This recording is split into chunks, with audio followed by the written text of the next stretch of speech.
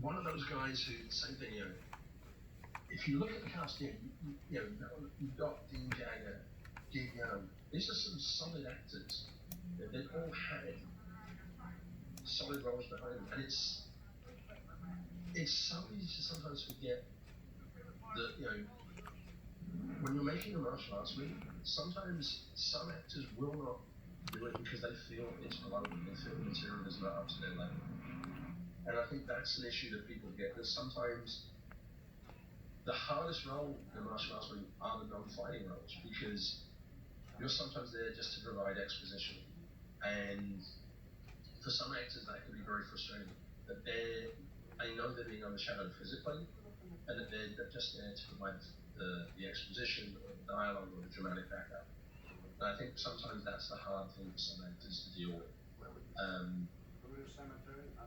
And sometimes as well, like in a movie like this, you're working with certain members of the cast who perhaps don't speak English or don't speak English well. There's sometimes not finished scripts. Sometimes the shooting conditions are not what you expect. It can be very hard for the actors. As I mean, Hong Kong now can still be a hard place to film in. Hong Kong in 1978, that was a time before the subway, and if you wanted to get across the harbour after a certain time at night, the only way would be a Kato, like a small little, speedboat. Sometimes I think, filming in Hong Kong especially, people forget that when you go to a foreign land to film, there's a lot of problems that you have to overcome. Things that you're sometimes very used to, that are very convenient, that are very normal in your own country. You go to another country to film and suddenly the availability of certain stuff is just so hard to get. Now, that's where I think they do it right. Here you've got Billy Lowe putting a picture of Billy Lowe. He's not putting a picture of Bruce Lee. And sometimes that's my problem, that when you have so obviously a photograph of Bruce Lee and somebody who's not Bruce Lee standing next to it. In No Retreat, No Surrender, when Kim Tai-chung plays the spirit of Bruce Lee, there's too many shots where he's standing next to posters of Bruce Lee, and you're very obviously realizing it's not the same guy. Now, another scene that a lot of people I think found distasteful, the exhumation of Bruce Lee's grave, followed by the smashing of the fake head. It's again something that perhaps didn't need to be done, or could have been done in a slightly less exploitative way. It's part of the story, but I'm sure there's ways that could have been handled differently.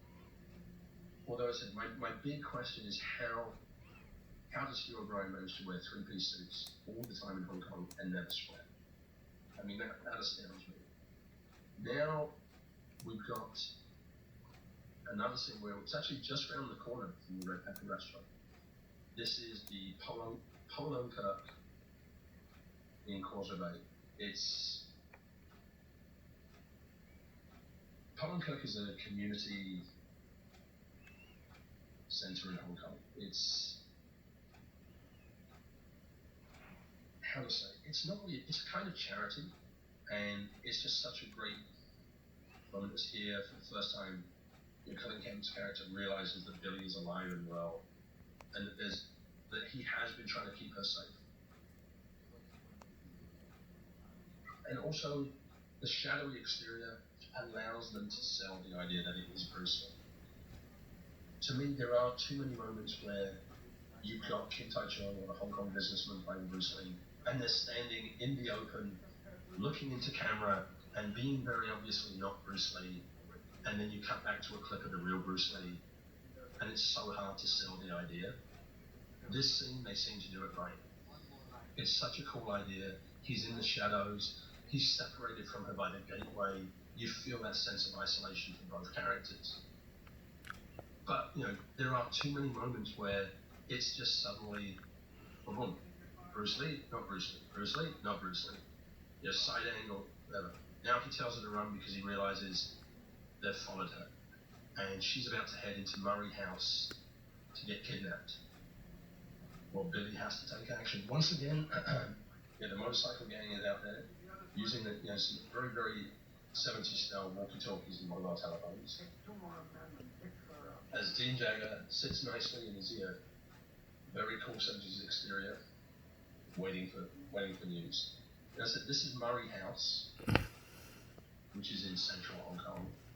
And Murray House is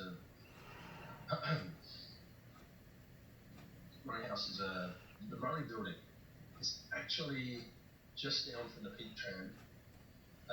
Peak Tram is the funicular railway that travels up